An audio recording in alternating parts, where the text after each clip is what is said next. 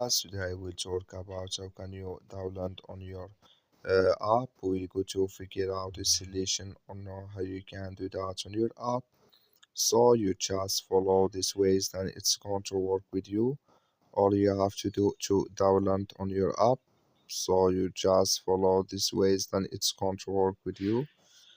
All you have to do, you just go down here. You looking for any movie you want to here any movie you want to download. I'm going to click here to this movie here.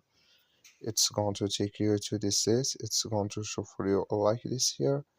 You will find here download, just click on it.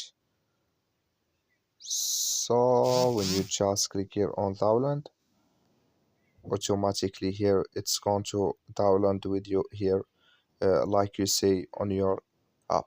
So that's all you have to do. Thank you for watching. Don't forget to support us by like and subscribe.